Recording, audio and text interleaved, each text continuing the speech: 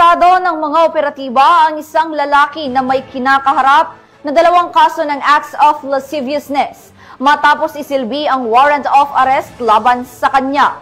Magbabalita dyan si Patrolwoman Judith Nicanor.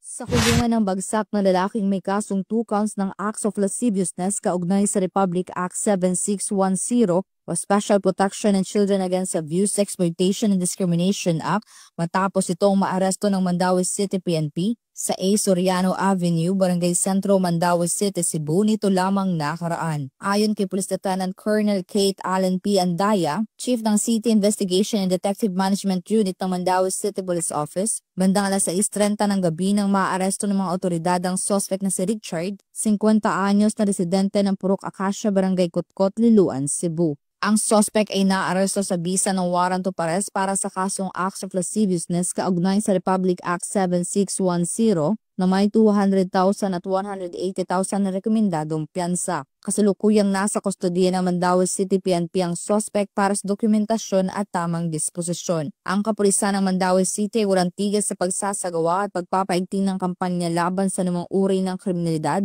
upang masiguro ang kaayusan sa kanilang nasasakupan dahil sa bagong Pilipinas, ang gusto ng pulis, ligtas ka. Mula dito sa Mandaue City Police Office, ako ang inyong Police News Network Correspondent, Patrolwoman Judith Nicanor, alagad ng batas, tagataguyod ng Balitang Pulis.